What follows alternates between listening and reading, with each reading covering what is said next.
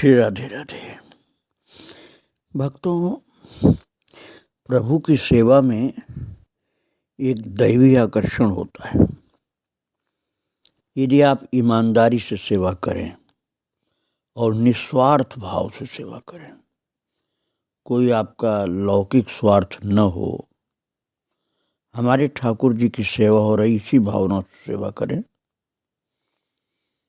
तो आपके अंदर जो आकर्षण होगा उससे लोग खींचे चले आएंगे और उनका लाभ होगा, क्योंकि वो उनका सात्विक भाव बढ़ेगा, भगवान के प्रति श्रद्धा बढ़ेगी, प्रेम बढ़ेगा और आपको उनकी कृपा का, उनके स्वरूप का अर्थात भगवान के भाव का, भगवान के स्वरूप का दर्शन होता रहेगा, उनकी कृपा का दर्शन होता रहेगा और आपकी तरफ जो लोग खींचेंगे, आएंगे, उनका भी कल्याण होगा। इस सब का मूल है भगवान की सेवा का भाव। और इसी भाव को अनेक रूप में देखा जाता है। भगवान के लीला के पद का गायन भी जो इस भाव से करते हैं उनमें दैवी शक्ति होती है, और जो केवल अपनी कला दिखाने के लिए करते हैं उनके अंदर दैवी शक्ति नहीं होती है। वो संगीत के माध्यम से अपनी कला दिखाते हैं। भक्त लोग ऐसा नहीं करते। भक्त लोग भगवान का पद गान कर रहे हैं, लीला गान कर रहे हैं, भगवान से जुड़े होकर करते हैं। श्री घनश्याम जी के अंदर यही विशेषता थी। भक्तों, संत लोग, गुरुजन जो आदेश करते थे उसको सेवा भाव से करते थे और भगवान के पदों को, लीला के गायन को उसी सेवा के भाव से गाते थे। इसलिए गीता वाटिका में प्रायः श्री ठाकुर जी के निकट लोग बने ही रहा करते थे। एक बार किसी ने राधा बाबा से पूछा कि बाबा, ठाकुर के पास इतने लोग क्यों चिपटे रहते हैं? पूज्य बाबा ने उत्तर दिया, भैया, मेरी भगवत भाव की जो उपासना है कि मुझे सर्वत्र नंद नंदन ही दिखाई देते हैं, इसी भाव की छाया इस ठाकुर में भी है। अतः करुणा, दया, सबसे निष्काम प्रेम व स्नेह करना आदि अनेक गुण इसमें समाये हुए हैं। जहाँ ये गुण होंगे वहाँ आकर्षण होगा ही। अब मुझसे ही पूछो, किसी से एक पैसा लेना देना नहीं, किसी से कोई काम नहीं, तो भी मेरे आसपास कितने ही व्यक्ति बने रहते हैं और मिलना चाहते हैं। भक्तों, एक बार शरद पूर्णिमा आई। शरदोत्सव में श्री ठाकुर जी को पद गाना था, परंतु उन्हें तेज बुखार हो गया। राधा बाबा महाराज उत्सव के प्रति बड़े उत्साहित थे, क्योंकि संत का स्वभाव होता है कि भगवान का उत्सव प्रेम से करता है। अतः वे कुछ चिंतित होते हुए श्री पोद्दार जी महाराज से बोले, पोद्दार महाराज, आप ठाकुर को शाम तक ठीक कर दीजिएगा, नहीं तो मेरा खेल बिगड़ जाएगा। पूज्य श्री भाई जी ने कई प्रकार की गोलियां भिजवाकर शाम तक श्री ठाकुर जी को स्वस्थ कर दिया। तत्पश्चात पूज्य बाबा अर्थात राधा बाबा ने रात्रि 2 बजे तक ठाकुर जी से पद गवाए। अंत में श्री भाई जी ने एक स्वरचित लंबा सा पद निकाल कर दिया और उसे भी श्री ठाकुर जी से गवाया। पूरे कार्यक्रम में श्री भाई जी वो पूज्य बाबा भाव समाधि में डूबे रहे। पूज्य श्री राधा बाबा ने काष्ठ मौन लेने से पहले श्री भाई जी से अनेक बातें कही। उनमें श्री ठाकुर जी के संबंध में ये भी कहा कि आप मेरे मौन के बाद सक्रिय रहिएगा और इस ठाकुर का ध्यान रखिएगा। श्री भाई जी दिन भर व्यस्त रहने के कारण श्री ठाकुर जी को समय नहीं दे पाते थे। इसलिए एक बार उन्होंने रात्रिकालीन गोष्ठी का आयोजन किया, जिसमें रात्रि की 11 बजे से 1 बजे तक श्री ठाकुर जी से लीलाओं के पद सुनते, फिर स्वयं उसकी व्याख्या करते। इस रात्रिकालीन गोष्ठी में अंतिम 1 घंटे में केवल श्री ठाकुर जी व श्री भाई जी रहा करते थे। ये गोष्ठी कुछ दिन तक चली थी। काष्ठ मौन काल में पूज्य राधा बाबा की संभाल व स्पर्श का अधिकार श्री भाई जी के अलावा केवल ठाकुर जी को ही था। अंतरंग सेवक श्री राम स्नेही दादा एवं श्री भगत जी भी उनकी सेवा में नियुक्त रहते थे। एक बार श्री ठाकुर जी ने अपनी स्वरूपाई के समय पूज्य बाबा की एक भावपूर्ण मुद्रा का दर्शन किया था। बाबा लेटे लेटे जप कर रहे थे, आंसुओं से उनका तकिया भीग रहा। इस झांकी के बाद श्री ठाकुर जी के अंदर बाबा के प्रति पूज्य भाव हो गया। अगले दिन जब वे पूज्य बाबा के पास गए तो बाबा अचानक बोल उठे कि देखो ठाकुर, हम में गुरुभाव मत कर लेना, हमारा तुम्हारा संबंध दूसरा है। ये सुनकर ठाकुर जी अवाक रह गए, चकित हो गए। ऐसे एक बार श्री ठाकुर जी ने पूज्य बाबा से साधना संबंधी कुछ बातें पूछी थी।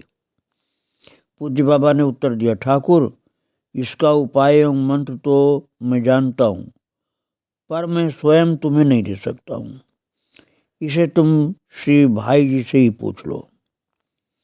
फिर श्री भाई जी से पूछने पर वो बोले, देखो ठाकुर, मैं हूँ तेरा ताऊ, ताऊ ही रहूँगा। तुम्हें ये मंत्र तो मैं बता ही देता हूँ। ये कहते हुए श्री भाई जी ने मंत्र बता दिया, किंतु गुरु भाव करने से निषेध किया। गोरखपुर के प्रवास काल में भक्तों, इन महापुरुषों की लीला विचित्र होती है। लोग गुरु बनना चाहते हैं और ये गुरु वाला कार्य करके भी कहते हैं कि गुरु भाव नहीं करना मेरे प्रति। ये बड़े अद्भुत महापुरुष थे ये लोग। मैं गोरखपुर की बात आपको बता रहा था। गोरखपुर के प्रवास काल में एक बार पूज्य बाबा से श्री ठाकुर जी ने कहा कि आप मेरे ऊपर ऐसी कृपा करें कि मेरी आप पर श्रद्धा दिनों दिन बढ़ती जाए। मैं आपके दिव्य राधा भाव स्वरूप के दर्शन की इच्छा नहीं रखता। मैं तो बस ये जो स्वरूप देख रहा हूँ, इसी स्वरूप में मेरी श्रद्धा बनी रहे। और बाबा इतनी बात सुनकर के रीझ गए और बोले, वाह भैया, क्या बात है। लो, ये तो अभी ही कह देता हूँ कि मेरे प्रति तुम्हारी श्रद्धा कभी कम नहीं होगी। ऐसे भाव की सरलता देख करके बाबा प्रसन्न हो जाते थे भक्तों। एक अन्य अवसर पर पूज्य बाबा ने ठाकुर जी से कहा कि ठाकुर, तुम चाहो तो क्षेत्र संन्यास लेकर यहाँ मेरे पास रह सकते हो। ठाकुर का तात्पर्य भक्तों घनश्याम जी की बात मैं कर रहा हूँ। तो घनश्याम जी भी मैं कहता हूँ, ठाकुर जी भी कहता हूँ, क्योंकि संत भक्त लोग यही कहते थे उनको।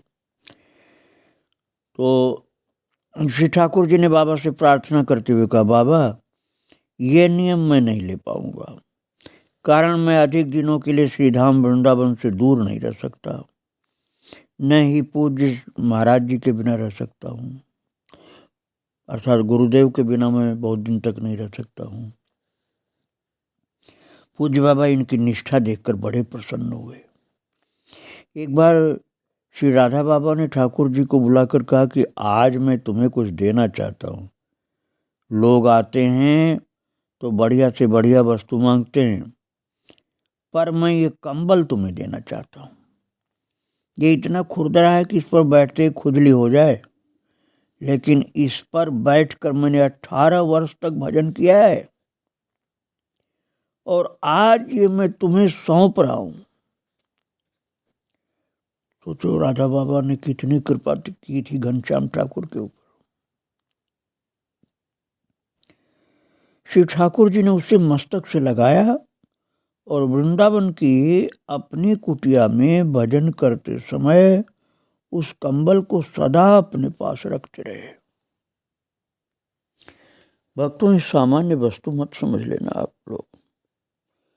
राधा बाबा 18 वर्ष जिस कंबल पर बैठकर भजन किए थे, वो कंबल किसी दूसरे को नहीं मिला, श्री घनश्याम दास ठाकुर जी को ही मिला। कितनी कृपा थी बाबा की। और बाबा की रहनी सहनी, उनकी आध्यात्मिक स्थिति बहुत उच्च कोट की थी। बाबा को भिक्षा ग्रहण करते करते प्रायः दोपहर के 2-3 बज जाते थे और कभी कभी संध्या भी हो जाती थी। श्री ठाकुर जी भी पूज्य बाबा के साथ उनकी भिक्षा में ही प्रसाद पाते तथा जब तक भिक्षा न हो तब तक निराहार रहते थे। अब आप सोचिए, बाबा शाम को भिक्षा पा रहे हैं, पूरा दिन नहीं पाए, तो ठाकुर घनश्याम दास जी भी शाम को ही भिक्षा अर्थात प्रसाद पाते थे। तो एक बार मैया जो माता थी ना, धर्मपत्नी श्री हनुमान प्रसाद पोद्दार जी महाराज की, रामदेवी जी, उनको मैया लोग कहते थे। उन्होंने पूज्य बाबा से कहा कि बाबा, आप तो सन्यासी हैं, आपको देर सवेर भिक्षा पाने का अभ्यास है, किंतु आपके कारण ये ठाकुर भी भूखा रहता है, जिससे इसका स्वास्थ्य खराब हो जाता है। बाबा ने कहा कि मैं ठाकुर से कह दूंगा कि वो इतनी देर तक भूखा न रहा करे, मौसमी का रस आज कुछ ले लिया करे। कुछ दिनों तक ठाकुर जी रस लेकर के रह जाते और भिक्षा बाबा के साथ ही करते। एक दिन बाबा की भिक्षा में रात्रि के 8 बज गए। श्री ठाकुर जी दिन भर भूखे रहे। रात्रि को पेट में वायु बनने से पेट कुछ फूल गया, भोजन में अरुचि हो गई, इसलिए वे अपने कमरे में जाकर लेट गए। जब बाबा भिक्षा के लिए बैठे, भक्तों, वैष्णव लोग भगवान का भोग प्रसाद बोलते हैं और ये सन्यासी जो हैं ये भिक्षा ही बोलते हैं। तो आप भिक्षा का तात्पर्य यही समझना कि बाबा जी का अर्थात राधा बाबा का प्रसाद। तो कमरे में जाकर के ठाकुर जी लेट गए, क्योंकि वायु अर्थात गैस हो गई पेट में। जब बाबा भिक्षा के लिए बैठे तो उन्होंने ठाकुर जी को बुलवाया और भिक्षा के लिए कहा। तो श्री ठाकुर जी ने कहा, बाबा, अब मेरी इच्छा नहीं हो रही, किंतु बार बार के आग्रह करने पर वो भिक्षा के लिए बैठ गए प्रसाद पाने के लिए। भिक्षा के बाद ठाकुर जी को वमन हो गया, उल्टियां हो गई और पेट में पीड़ा भी होने लगी। बाबा को जब ये पता लगा कि ठाकुर मेरे कारण कष्ट पा रहा है, तो उन्होंने ठाकुर जी के लिए श्री भाई जी की रसोई से समय पर प्रसाद की व्यवस्था करवा दी। अब आप ये समझिए कि घनश्याम दास जी साथ ठाकुर जी कितना लाडले थे इन दोनों महापुरुषों के, श्री पोद्दार जी महाराज और श्री राधा बाबा जी। दोनों के कितने लाडले थे कि भाई जी की रसोई से ही भोजन की व्यवस्था राधा बाबा ने करवा दी इनकी। और ठाकुर जी गीता वाटिका में कई कई महीने पूज्य बाबा की एकांतिक सेवा में रहते थे। पूज्य बाबा से इनकी अनेक गोपनीय एवं गंभीर चर्चाएं हुआ करती। ये चर्चा प्रायः निशांत बेला में 3 बजे से 5 बजे तक के बीच होती थी। पूज्य बाबा अपने जीवन की विभिन्न अनुभूतियों, घटनाओं को सुनाते और वे सभी बातें भी बताते थे जो दिन भर प्रश्नों, समस्याओं या विचित्र परिस्थितियों के रूप में उनके सामने आती थी। और राधा बाबा कहते, भैया, अमुक अमुक सज्जन आए थे और मुझसे ये बात बताकर गए हैं। ये भी कह गए हैं कि ये बात आप किसी और को मत बताना, पर मैं तुम्हें तो वो बात बता ही रहा हूँ। ऐसा प्रेम था राधा बाबा का घनश्याम जी के साथ।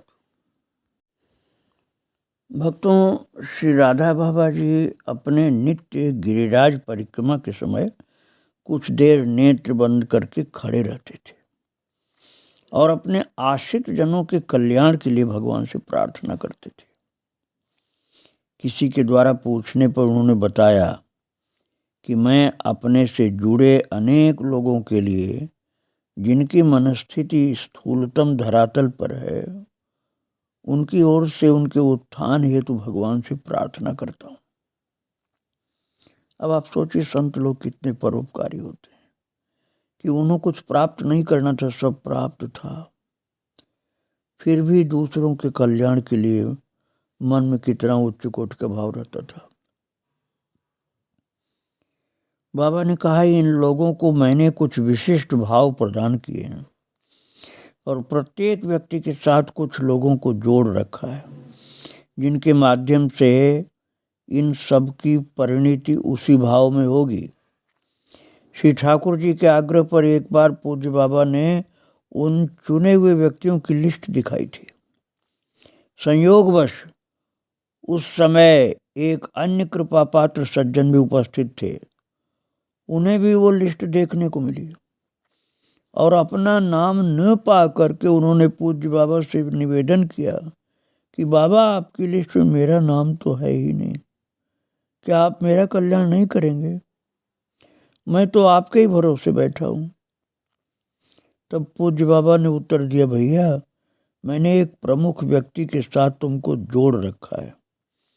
जैसे एक तो हो आँख वाला और बहुत से बिना आँख वाले हों। तो आँख वाले के पीछे एक दूसरे का कुर्ता पकड़कर उन बिना आँख वालों को पंक्तिबद्ध खड़ा कर दिया जाए तो उस आँख वाले के साथ साथ बिना आँख वाले भी पार हो जाएंगे। मैंने तुम्हारा नाम ठाकुर घनश्याम के साथ जोड़ रखा है। अब आप सोचिए, राधा बाबा ने ठाकुर घनश्याम को जोड़ा था अपने से, तो उनके पीछे तमाम लोगों को जोड़ दिया था कि घनश्याम जी के द्वारा बहुत से लोगों का उद्धार हो जाएगा। इस प्रकार से बाबा ने कृपा परमार्थ के लिए की थी। संत सदा परमार्थ में लगे रहते हैं भक्तों। सन 1965 में आश्विन कृष्ण द्वादशी बुधवार को भाई जी का पावन जन्म दिवस था। इस बार उनके जन्म दिवस को उत्सव के रूप में मनाने का निश्चय किया गया। श्री राधा बाबा की कुटिया के सामने बाड़े के बाहर जन्म दिवस का कार्यक्रम पूज्य बाबा ने अपने निर्देश के अनुसार आयोजित करवाया। भाई जी स्वभावतः बड़े संकोची थे, अपने को बाहर प्रकट नहीं करते थे। उनसे कार्यक्रम में आने का अनुरोध किया गया तो उन्होंने स्पष्ट रूप से अस्वीकार कर दिया। अंत में ठाकुर जी एवं पूज्य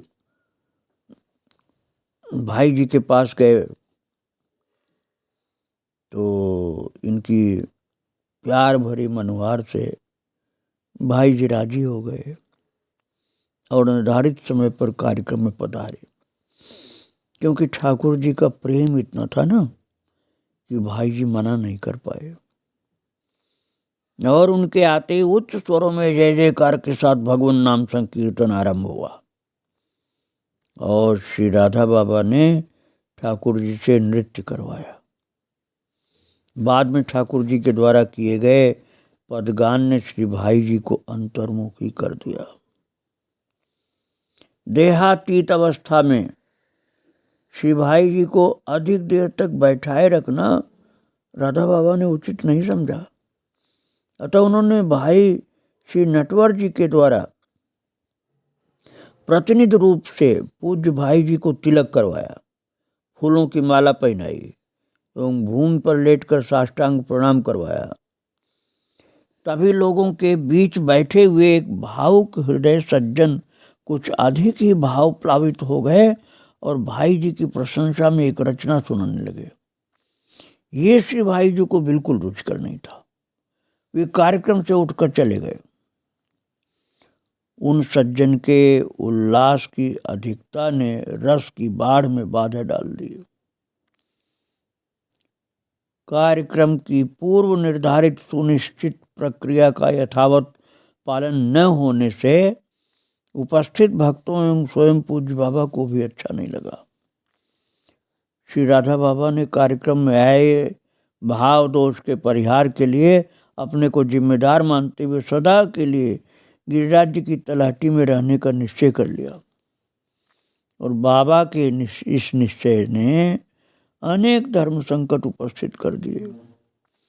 यदि पूज्य बाबा गोवर्धन चले जाएंगे तो भाई जी भी फिर पूरे कल्याण परिवार के साथ क्या गिरिराज जी गोवर्धन में रहेंगे?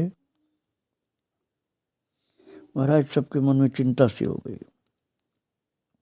अंततः धर्म संकट के निवारण के लिए एक समाधान निकाला गया कि गीता वाटिका में ही गिरिराज जी की स्थापना कर ली जाए और उसी स्थापित गिरिराज तलाटी में पूज्य बाबा निवास करें। ये भक्तों ने समाधान निकाला था। श्री राधा बाबा ने उसी समय ठाकुर जी को बुलवाया और कहा, ठाकुर, इसी स्थान पर श्री गिरिराज जी की स्थापना होगी एवं परिक्रमा पथ में आने वाले सभी स्थानों जैसे राधा कुंड, गोवर्धन, आने और पूछरी, जतिपुरा, ये भी स्थापित किए जाएंगे। मानसिक रूप से स्थापना की जाएगी पहले। इससे हेतु तुम उचित दूरी का निर्धारण करो। श्री गिरिराज जी की परिक्रमा के लिए पूरी भूमि पथ को नापा गया।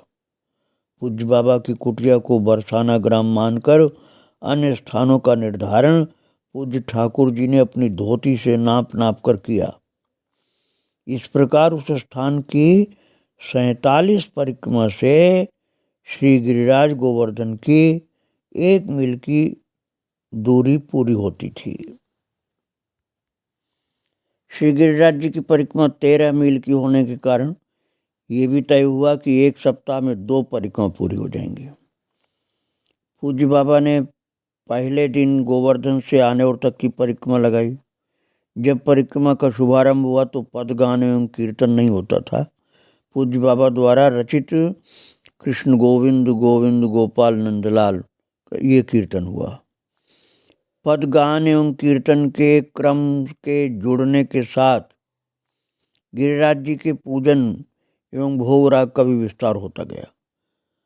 राधा बाबा ने स्वयं कहा, जब मैंने यहाँ गीता वाटिका में गिरिराज जी की स्थापना करके परिक्रमा लगाने आरंभ की तब प्रियतम नील सुंदर ने अत्यधिक एकांतिक संबोधन पूर्वक मुझसे कहा कि तुम्हारे परिक्रमा के नियम से और भी अनेक लोगों को विशेष लाभ होगा। अब आप समझिए, भगवान खुश हो गए इनके इस कार्यक्रम से कि गिरिराज जी वहीं गीता वाटिका गोरखपुर में ही विराजमान हैं।